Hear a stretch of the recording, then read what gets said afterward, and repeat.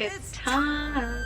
It is a time of the year where this video always does significantly well on my YouTube channel, and yes, it really does. There's the proof. Every single year I post this back to school video, and for some reason you guys love it, and I love that you love it because honestly it has been quite a journey for me. Now I realize I am quite literally checking my academic calendar. I am about 2 years behind in doing this video, but guess what? I'm going to push this video, fingers crossed, this month just for you. Thank you. I literally cannot thank you so much for being subscribed to me. We have been growing every single day, and I honestly has been a dream. So literally thank you to every single one of you. I love you. Mwah. I think we're at like 1.9k. What? That's crazy, but it's so exciting. Hello everyone, welcome back to my channel. My name is Madeline. If you guys are new here, hello. I pretty much do beauty, content, lifestyle, pretty much anything related to makeup and lifestyle and beauty, all that in one. But yes, it has been a while. Like I said at the beginning of the year, I would only be posting one YouTube video a month. I'm mainly more active on my other socials, so if you haven't checked that out, go ahead and check that out at Madeline Rose Young. I also have been using the community tab, and I have been trying to interact with some of you guys, and most of you have been interacting with me, so that has been really cool, so thank you. But yes, without further ado, let's not waste any more time because I know your academics are screaming. I know you are probably feeling bombarded by the school year. It has just started, which happy school year to everybody. I hope everybody is having a wonderful school year, whether this is middle school, high school, college, although I will say most of my audience does range from high school to college to like 30s. I was looking at my analytics the other day and I just wanted to take a peek at my audience, and I noticed my videos trend a lot in Canada and the UK, so that's really cool. But yes, without further ado, let's just dive right into this video. Haha, yes, I found it. I usually prep my videos before. Maybe this is really cheesy, but this is gonna be one of my little tips for you. But I really do enjoy doing this, mainly because I just feel like it makes the difference when we are trying to get our grades back together. We're just trying to get our grades in order, okay? You don't have to be a straight A student, but if you'd like to be a straight A student, keep watching this video. So here are my credentials if you guys don't believe me. Everything that I'm saying has worked for me, and I promise you if you do it, it might work for you as well. Again, I can't guarantee it. Two things that I always say with anything, any kind of goal, you have to have discipline and consistency. And if you lack both, guess what? I don't know what to tell you. If they really pair together though, and I really mean this, because without discipline, you can't be consistent. Without being consistent, you can't be disciplined. I guess you need to be more disciplined than you need to be consistent, because with discipline comes consistency. Because you might be like, oh, I don't want to do homework today. Guess what? You have to do the homework anyway. Do you want a 0? No! But yes, we are gonna dive into that. So, having my handy dandy notes. Also, check out my new nails. I literally just got them done the other day. Aren't they cutie? You know my girl Khalees always hooks it up. Shout out to Karmic Nails and shout out to Khalees. Again, if you live in the South Bay area, hit my girl up because she eats every single set and every single time. I tell you, every time that I walk in there, I always tell her, okay, this is what I want, but it doesn't have to be exactly like this. And she always outdoes herself. So shout out to my girl Khalees. Mwah. Love you. Okay, so here are your 8 tips to have a successful academic year.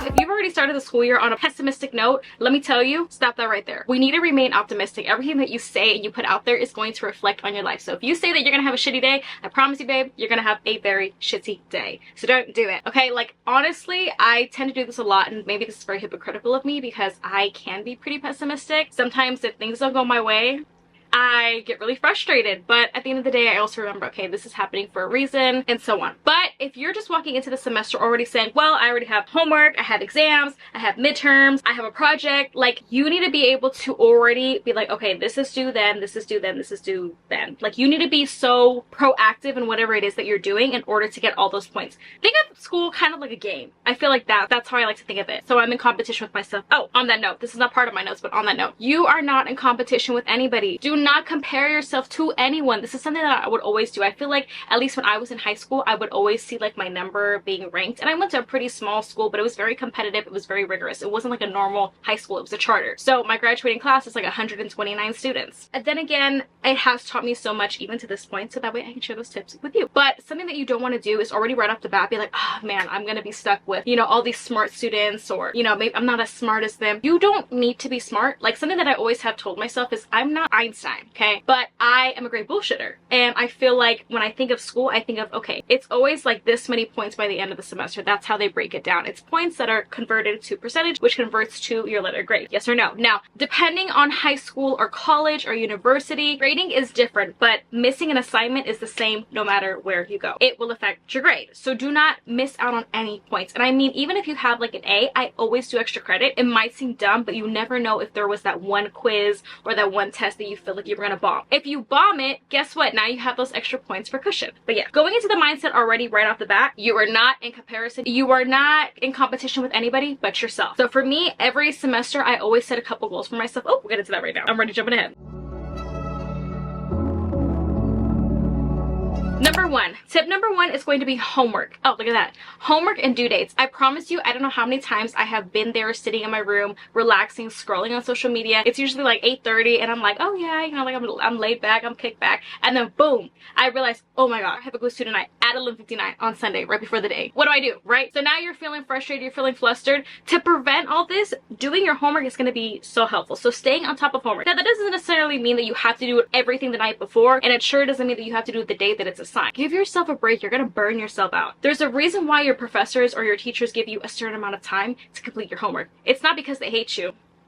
I think. No, it's not because they hate you. It's because they're trying to have you get it done in a certain amount of, like, a time period. Okay. I promise you, I mean, procrastination is going to be your biggest hater, because even though you might be like, oh, like, I'm really good at procrastinating, and sometimes there's those people that can actually pull, you know, an A essay. Congrats. I am not one of those people. And I'm pretty sure the majority of you watching this video probably can't either. You might be able to finish the essay, but it won't be A quality. And I'm not saying you have to turn in every A quality assignment. Getting it done to get the most points possible is also going to be very beneficial to you. Showing up, like, your two main jobs when it comes to school is just showing up to class, doing the work. Other than that, that's it. Now, whether you're in high school or you're in college paying for your courses, like, time is money and I'm not trying to waste it. So if you want to waste it, stop watching this video. Please don't. Your choice.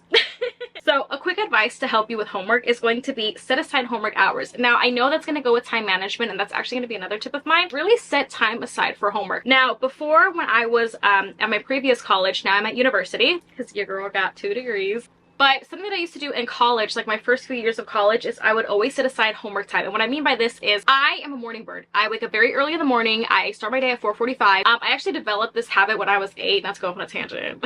Not that you asked, but I'm going to tell you because you're watching this video. When I was like 8, I started developing a morning routine. Yes, I was very young, but I started waking up at 4:45 because I then feeling rushed that I had to go to school and my stomach hurt and my hair was a mess. It's not fun. So again, setting that time aside so that way you're not feeling rushed and you can actually understand the material. Now, some homework assignments are easier than others where you can just BS it really quick. You can watch a movie. I always do my homework in the morning. That's usually my downtime. That's my quote homework time. I have my coffee. I know some people are like, girl, first thing in the morning, like especially if you're working with math. Yeah, I don't think so. I don't know what it is, but this is what works for me. So whether that's after school, after work, on days that you don't work, maybe this is at night once you've already, you know, ate dinner, done your night routine, whatever that is, find a time in your day and dedicate, I would say 2 to 3 days to only doing your homework in that period. Don't do it later. Don't try to do it on a road trip. I mean, you can do that to be proactive, but if it's not a whole lot, don't do that because you might overstimulate yourself. So that's gonna be my advice for getting your homework done. Get it done. So an example of getting your homework done would be, let's say, an essay. I feel like an essay is a really great example. Do not start stressing about a 5-page, 13-page essay with an appendix and, you know, works cited. Don't start panicking about that. Start brainstorming. That's the first part. I would say the hardest thing about building an essay is just the rough draft. So already start with the format, whatever that is, whether that's MLA or some sort of APA or whatever format that your professor or your teacher is asking you to do. Already open the doc, create that rough draft. That's going to be the first step. Then start kind of, you're just putting your name, the professor, the date, title, and then just stop right there. You can just, you've already started the hardest part. Trust me. Then the next time that you work on it, you can start working on those paragraphs and be brainstorming some ideas. Boom. Then the next time you do it, you know, you can start actually writing those, you can start writing those sentences out. And actually, if you finish your rough draft in enough time, it doesn't need to be complete. Send it to your professor, send it to your teacher, get feedback, because that's going to also help you the most points possible. And it's also going to be a guide for you, like, hey, I'm missing this, or hey, I could add this to make this stronger. And who knows, maybe your professor will be like, hey, look, they're taking this class seriously. You know, I like that. I'm telling you, I know it's dumb, but there are biases. Trust. Moving on to tip number 2. This is going to be use the free stuff. It's there for you. You pay tuition or you go to high school, you're paying something. So utilize those resources. I always say this every time. Tutoring, office hours, support, like whether that's with your professor. If you have free services at your school, I'm telling you, it will help you in the long run, especially even like the library. I didn't start using, you know, any resources from the library. Mind you, I was wasting paper here at home. I could have been printing things at school for like years, and I just didn't because I was like, well, I don't feel like it. besides the point. If your professor, and every professor does this, every teacher does this, at least in my high school we had office hours, so I was already used to this. Look at your office hours for each of your teachers and at least go once a week and have one question. Whether you feel it's dumb, it makes an effort. It shows that you are showing up for your class and that you're listening in lecture. It might not seem like a big deal, but for a professor, they look at that, and I promise they always remember that. They always do. This is also, office hours is also another great way. Like if you're shy, I was pretty shy growing up, and then I kind of grew out of my shell. I would never want to ask like a stupid question. Like, you know, when your professor would be like, or your teacher, they'd be like, any questions? Does anybody have any questions? My calculus teacher used to always tell me, because I took 5 years of math in high school. Why? I don't know. I was also part of the math leads. Irrelevant. She would always say there are no stupid questions. Mind you, I would ask a question and then she would be like, okay, well, that wasn't a stupid, that wasn't a stupid question, but we answered that. You know what? Some teachers are like that, and I have PTSD because of that. So if you're somebody that's very shy, save that question, even if somebody answered it in class, and ask your teacher privately, no matter what it is. It could even be as simple as, hey, what format am I using for the essay? You're just clarifying. That's what they're there for. I would rather spend 20 minutes in office hours because I know it's long, especially at the beginning of the semester. Everybody's trying to make a good impression because it's the beginning of the year, but I promise you, 20 minutes to spare is so much better than 8 hours of struggling alone. And sometimes you don't even end up figuring it out. You just end up winging it. This past semester, I was taking a statistics class, and I promise you, I struggled with one specific section, and I regret not learning it, because had I learned it, I probably wouldn't have struggled on the test the way that I did. Now, I did pass the class with an A, but that's irrelevant. I still feel that I could have done better had I actually asked that question. Again, sometimes I'm even fearful. So quick rundown. Office hours. I know it seems underrated, but I promise you, it is going to make the biggest difference in your academic journey. Number 2, tutoring. Whether this is a tutor through your school or a tutoring sessions with your professor, use that time. Use that time wisely. Peers. Peers are always going to be there, and this also helps you, so that way when you're in class, or let's say you miss a class for whatever reason, you're sick, you can't find parking, you don't want to go, you have somebody that can share those lecture notes with you. Why miss out on that? And lastly, if all else fails, guys, we live in a time where we have AI, we have YouTube, we have ChatGPT, there are so many other different resources. This might seem controversial, but some people can agree to disagree, but there have been times where I have, hello? Mama's recording. There have been times where I have literally uploaded my documents onto ChatGPT and asked like to create a midterm for me, or like a practice test. Mama's working. My scruffy. Number 3, study smart. Study smart, but not till you cry. Work smarter, not harder. Why are you spending time trying to rewrite the lecture notes when it's already there? Maybe some people do like rewritten notes just for photographic memory. You don't actually need to spend hours studying. It's actually so much easier. Another trick that I like to do is I use gum. I'll chew the same flavor of gum that I do when I am studying, as well as when I'm taking the test. There have been studies behind it, but it's not as accurate. It's also, the percentage of it is pretty low, but at least for me, this is something that has always worked. So if you want to try it, I highly recommend it. But if you don't, when you're studying, you don't actually have to suffer through it. Something that I used to do, and it's terrible and I dreaded studying, was I would copy everything, rewrite and color code for each class in each section. You don't need to do that, especially if it's material that you already know. Brief and bullet point. That's all you have to do. Just quickly summarize it. You don't need to have it word for word, because what that ends up doing is it's time consuming. It's taking time out of your day. Your hand is cramping. You're tired. Again, we live in a time where now AI is so easy to use that it can just create something for us and we can practice. Studying isn't about being perfection. It's just about retaining the information. That's literally all you have to do. Just retain the information that you were studying. Like I said, I used to be somebody that I would literally write my stuff down word for word. I would copy off the PowerPoint even though I could just pull it up. Now I really use what I know. I only rewrite the sections that are important or that stand out. Sometimes I'll pull up a document, and or I will use ChatGPT just to help me summarize some of those more important things like terms, vocabulary, section it separated, so that I'm able to be like, okay, this is what this means, this is what this means, etc. But don't study till you cry.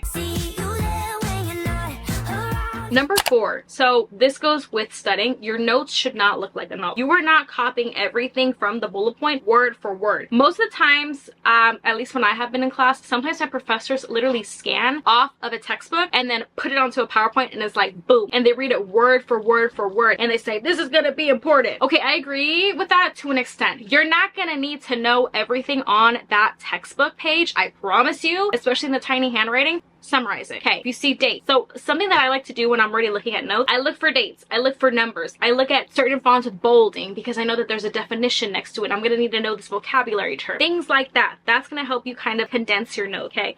Also, main ideas, key terms, like I said, and then adding an example. Make it so the notes make sense to you too, because something that actually, shout out to my bestie. One of my friends used to tell me that if you can teach something to somebody, that means you understand the content. Also, she used to say that when you look back at your notes, my professor would say this too, when you're looking back at your notes, could you understand what you're doing when you go home? Or are you just writing it because I'm writing it?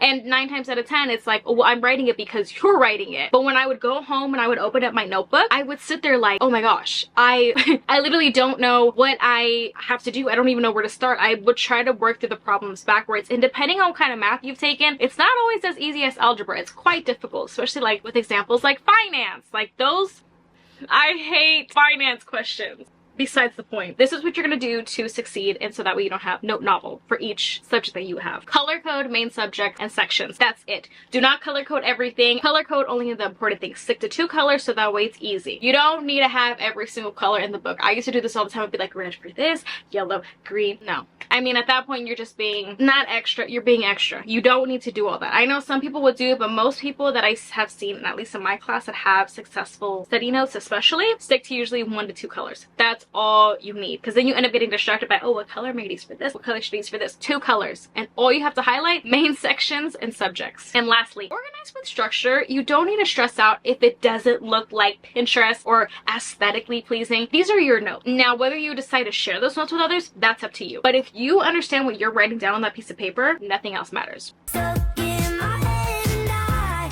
Number 5, show up even when you don't feel like it. Oh my goodness, I cannot stress this one enough. I struggle with this. I was commuting a lot when I first went to college. Like, I was commuting. I was like living here, and then my school was here, and then my work was here. It might not seem like that big of a deal, but when you have like, okay, I live in LA. The 405 sucks. Okay, it sucks terribly. There's never a good or bad time to go. It just sucks either going there and back. And I went to school during the times heading in a certain direction when traffic was really bad. My house is like in the center. Again, this is when I was in high school. In the center, my work is a 20-minute drive. My school is a 20-minute drive without traffic. Now, with traffic, we're looking at about an hour and a half to school and 30 minutes to work. And that's just 30 minutes there. What about coming back? That takes a lot of time out of my day. And there were certain days where I would go to school and then commute past my house all the way to work, and then from work to my house, and vice versa. It was very exhausting, time consuming. It was just very draining, and that's not fun. As much as I understand that if you don't feel like going, don't go. Here's what I will say. Either try, if you are a full-time student and you work part-time or you have an internship, try to schedule your classes on 2 days out of the week. Just 2 days. Because at least for most people, if they're working retail, you have to work weekends. There are 7 days in a week. If you can dedicate 2 of those days to only going to school and not working, that might help. Now, of course, when you work, you're exhausted. I get it. I know. Again, there are 7 days in a week. You dedicate 2 of those days to doing homework, which means you have 5 days. And if you're part-time, calculating really quick, you're only supposed to work no more than 15 to 20 hours. So I know some people are flexi. You might be working 24 hours. Sometimes you do double depending on what, you know, career or occupation you have, whatever job it is that you're working. It depends. Sometimes you're only working 4 hours. Sometimes you work 8, and etc. Also depending on your role. There are other factors. I get that. But dedicate 2 days, no work, just school, doing that. Also, this is what I would have done, because I actually messed up my first year of college. I went 5 days out of the week. No. Yeah, and I would work too. And it wasn't a lot of shifts. I feel like I wasn't making anything, because I wasn't.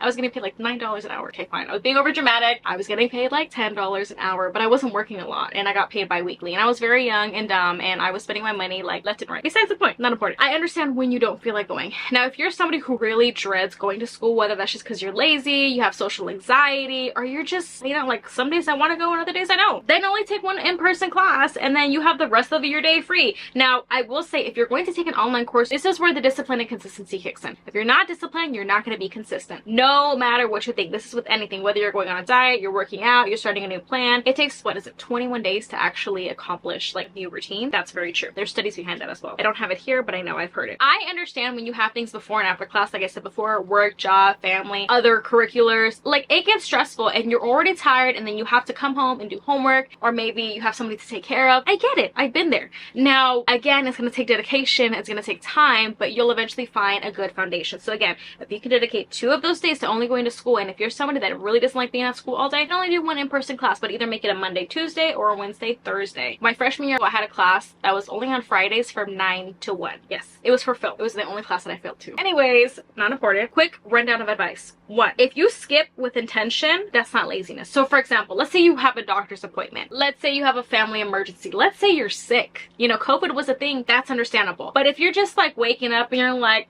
man, I don't really want to go to school today. I don't feel like it. No, because every time that I've done this to myself and I've tried to do something fun, because I get it, sometimes you need those me days. But can we afford a me day if we have an exam coming up or a midterm or a quiz? No, we can't. So you need to show up. You have to show up. Obviously, if you're in high school, it might not apply to you, but if you're in college, you're paying for that tuition. You need to show up. Number 2, another solution would be online class, but you will be held accountable. So you can't just be like, oh yeah, I'll do it later. You will have to create time management. Like you will have to create period in your week or your days where you're focused on that school, because you still have work. That's the only thing, but it's more reliant on you. But it's flexible. So if you can't hold yourself accountable, don't do this. But if you can, online course, in person, just balance it out. But yes, so like I said, I always have to make sure that I hold myself accountable. If you're paying tuition, you need to show up. If you're not paying tuition, you still need to show up, because every point counts. Unless you have a person in your class that you can depend on for notes, that's awesome. But also for most, at least speaking for universities, participation and attendance are like 10% of your grade. So that's already points that you're losing. And I also believe, and this is with some professors that I've had in my past, if you miss or you're targeted like a certain amount of times and they accumulate over the time, they'll drop you. So keeping that in mind. I try to limit myself to only 3 days missed in a semester. So like if I have a doctor's note, or if I'm really sick, or like if I'm on my moon days, right, then I might miss. But other than that, I show up. Even if there's traffic, even if I have homework, even if I'm tired, even if I have work or I have to take care of somebody, I show up.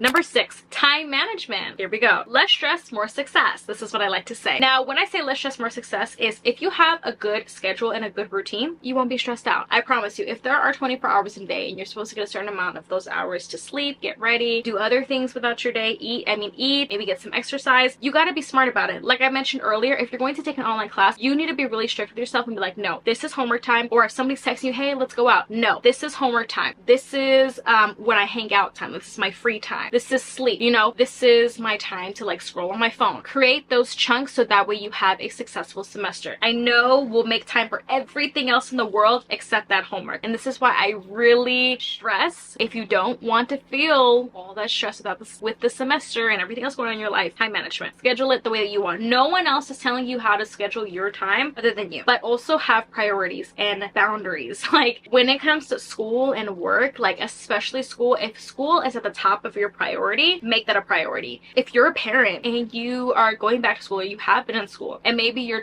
son or your daughter is your #1 priority, that's at the top, and then maybe school's at the bottom. However you do that, priorities and boundaries. Let's say some people, you got that one friend, they always want to go out, they always hit you up, hey girl, hey, like let's go out, let's go to the club, let's go drink, and you're like, no, I really can't, like I have this really big exam. Okay, where's your priorities? Having fun or getting this paper done? You let me know. Actually, don't let me know because I won't be there, but you have to decide. Again, time management. You can say, hey, look, right now, this is my homework time, but definitely after this we can push to do something. That's okay. You're putting a boundary because you have priorities. Thank you. For me, something that I've always done is I've always done school on either a Monday or a Wednesday or a Tuesday and a Thursday. Generally, I like to do Tuesday, Thursdays because it's not as busy because everybody wants a Monday, Wednesday since you usually have Mondays off, but I don't always get lucky if the class doesn't work. Anyway, but yes, quick advice. If your time is unstructured, your tasks will bleed into each other. So let's say, for example, you overbook yourself, right? Let's say you wake up, you have work, and then you go to school, and then after school is that homework time, but oh wait, you kind of want to hang out with your friends too, and they end up going into each other. You're not going to be focused on doing your homework because you're going to be worried about, hey, did my friends show up? Hey, are they here? You're not focused. And if you are, maybe the solution is, well, let me go out with my friends first and then I'll come back and do homework. You're not. You're going to be spending time. Let's say you give yourself 2 hours to hang out with your friend, you get food, and you're like, hey, you know what? The night is young. Let's go for boba. Let's go for a drive. And then it's 6 hours later and it's 10 p.m. and you missed your homework block. Yeah, discipline, okay? And then you're going to have to break your week down based off of your assignment. So let's say you have a pop quiz and you have 3 homework assignments, a discussion question with responses, and an essay at the end of the week. Structure it so you're chiseling away. Simple as that. And then you will not happy. Then you won't have stress, only success. That is so cheesy. Ew.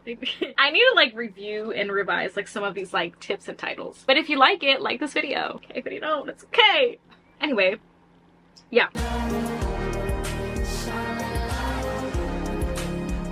Number 7, can't hustle on an empty tank. My girls, babe, babes, talking to you. Please don't come for me, my love.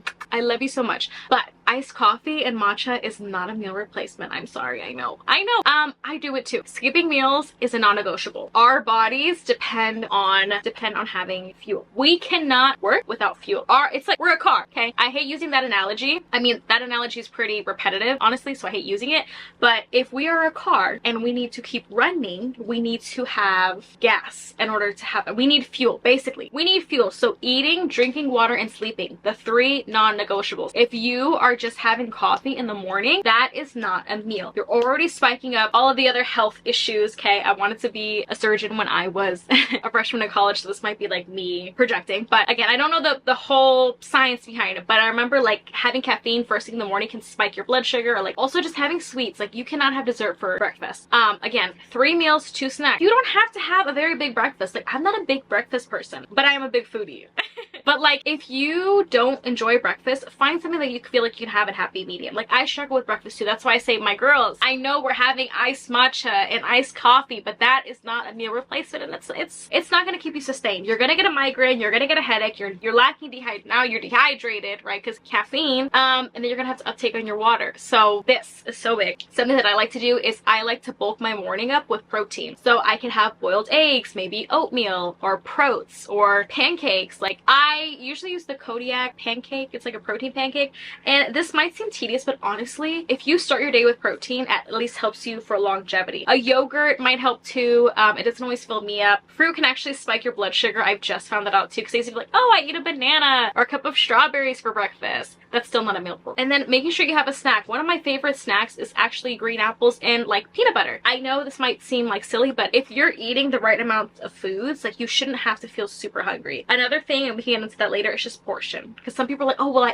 I just eat everything. I eat 1 meal a day. That's not good. 3 meals, 2 snacks, and stay hydrated. You can still have your caffeine and your iced matcha. I'm not saying you can't, but you can't have it as a meal, okay? I love you. Please don't take that the wrong way. I love you, and I want you to be okay. I want you to know I care about you. Your brain is part of your body. If you're not taking care of that, nothing else is gonna work. That's just how it is. It's a function. Your body is a function, okay? You need fuel, which means that you actually have to have meals, enough sleep, hydration, rest. All of that contributes. I struggle from chronic migraines, and I get them pretty frequently, especially when I'm stressed out, and it sucks. I can have them for like up to 2 days, and I'm telling you, like my whole left eye usually gets blocked, so it's just blurry. It gets that bad, and I can like feel it like piercing to the back of my head, and it sucks. So this is usually when I know, okay, I'm not eating enough, I'm not sleeping, and I'm definitely not drinking enough water. That's usually my body telling me like, hey, you need to take care of me. But yes, like I said, I love you all, but matcha and coffee is not a meal replacement, I promise you. Again, you can still have it, but you just need to at least incorporate breakfast, a lunch, and a dinner, okay? Quick advice, sleep. If you're an all-nighter, don't do that. Stop that when it comes to school. Sometimes if you really need to, like you're in a crunch, that's fine, that's acceptable. But you want to prevent that. You want to get a proper amount of sleep. You don't have to get 8 hours, but don't be excessive and get like 10 unless you really need it. And also don't get less than that. I mean, I like to say like a safe range is between 6 and 8. I feel like that's pretty standard for most people. And then coffee. Coffee's not for breakfast. You can have coffee with breakfast, but it's not a meal replacement. I'm not saying you can't have it. Water, movement, and meditation. All of this is going to help your body so that way you're not bloated, you're not tired, or maybe you struggle with sleeping. Keeping your body moving might give you that exhaustion by the end of the night that you're like, I can sleep naturally. And then just meditation if you need to. Sometimes there are days where I just need to go and I just need to breathe and just exhale. I'm telling you, I do it all the time with people, my friends. I do it with my kiddos, my babies, as you guys know. When I work with some of my students, I always say like, when we're just feeling overwhelmed, you know, I say we're gonna take a big deep breath in and hold it, and it kind of helps your mind just calm down again. I struggle with anxiety, like really bad anxiety. I've heard like sour things help. I actually try cold things because it kind of gives my body like a shock. I always have mints and gum in my car, and I like to have like a cold water, so I'll have ice in my flask. For some reason when I do that, kind of like gives me like a shock, but it's like, oh, like I'm here. But that's just me. Again, you don't need to have a meal plan, just like daily essentials. Have a bowl of cereal with bananas, boom, that's perfect. Maybe it's pancakes if you have time. If you don't have time, I know Costco sells like pre-peeled and boiled eggs. Again, protein, packed with protein. Maybe you just have like a little spoonful of peanut butter and an apple. Again, protein. Really, you're just wanting to give your body the necessities that it needs, and leave it at that.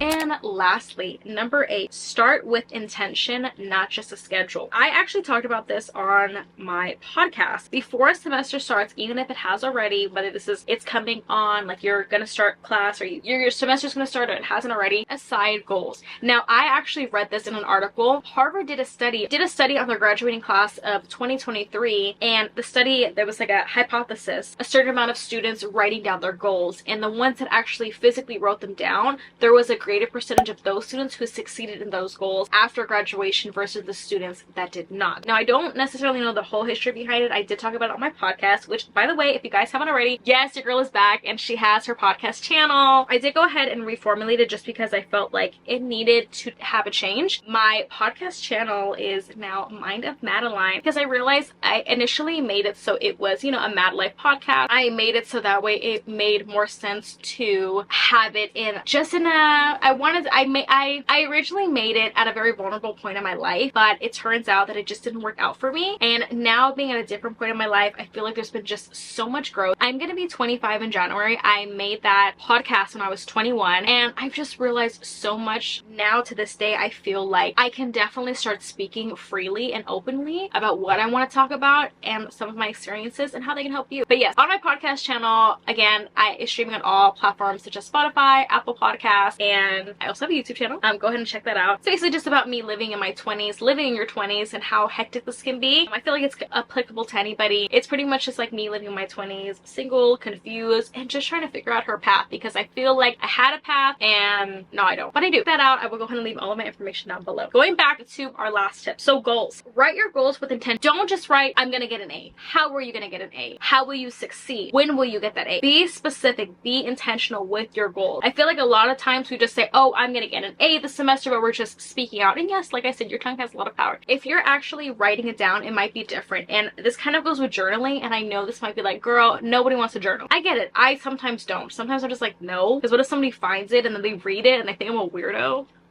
Most of what I journal to nowadays is just doing more of like a debrief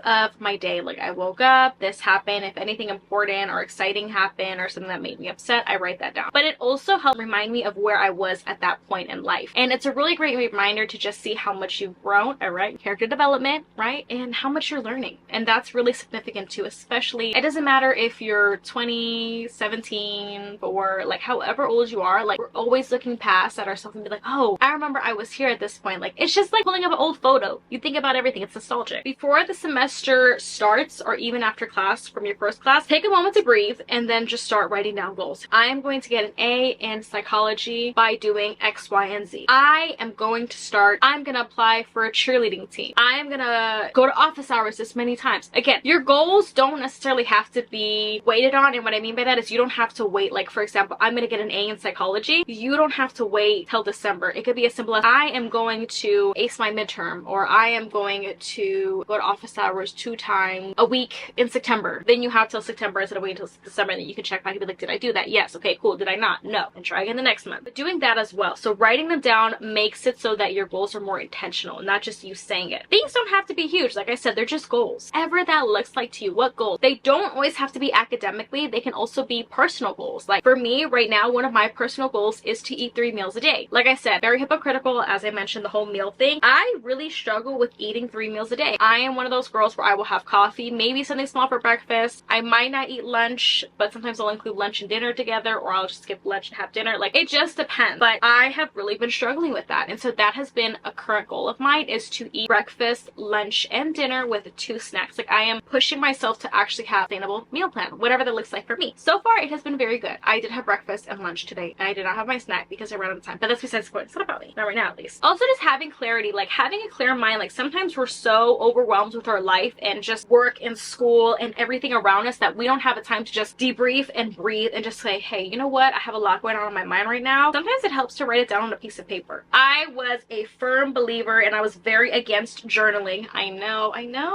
For a very long time, and I got into it last fall. Shout out to my bestie coworker, who is now my besties, my big sister. She has definitely definitely taught me a lot about just like journaling and self-worth and self-love, and I'm so grateful for her because honestly, we all might say like we know what self-love is, but do we really? Like when you actually look at yourself in the mirror, do you like what you see? Because I didn't. I'm working on it. Again, quick advice for this one: write your goals that feel personal. Again, they don't have to just be academic. It can be academic and personal. You can separate it however you want. It's your journal, it's your life. Number two, when things go wrong, and they might, don't quit. So like I said earlier, maybe it's like you passing that quiz or going to office hours 2 times in September and you don't. You can try again. And for the times that you do fail, please do not beat yourself up over it. We are human and we are here to make mistakes. It would be truly unfair for you to be like, well, I tried it this first time, it didn't work, I'm done, I quit. You never really wanted it that bad. That's something that I always say. I have tasted failure so many different times and so many different periods of my life, but the one thing, again, knock on wood, I always push myself no matter how low I